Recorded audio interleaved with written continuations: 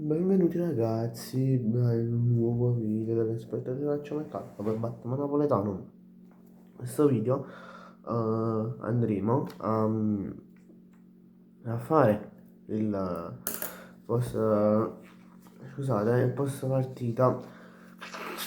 Io sta influenza accirendo, mamma mia, mamma mia. Vabbè, andremo a fare il post partita eh, di Lazio Cagliari. Intanto io questa giornata non so come mai tutti i marcatori che mi sono andato a giocare li ho presi tutti quanti.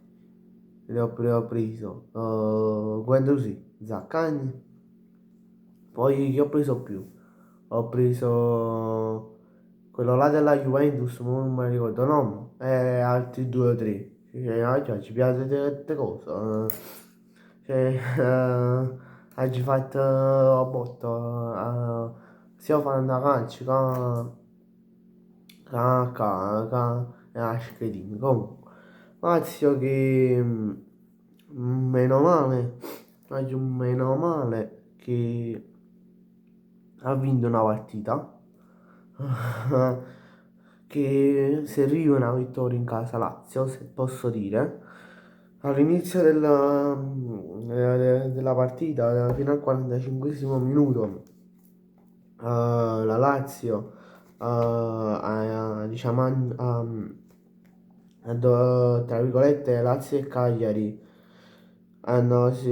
cioè, come tutte le partite che fa il Cagliari, a pari livello, cioè sia Lazio che Cagliari si sono date botte a testa, no, è mazzata, ma a livello di tiri, sì. Poi al secondo tempo la Lazio ha deciso di fare la Lazio, ma dico dei tempi fino alla stagione 22-23, ne potevo far capire che arrivo a seconda. Vabbè, ha deciso di fare la Lazio, segnando due gol, appunto come ho detto all'inizio del video, di Guendouzi e di Zaccagni al 66esimo e al 91esimo minuto.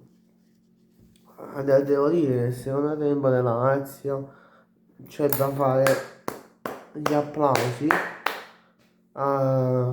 Bisogna fare gli applausi a questa Lazio. Dal 50esimo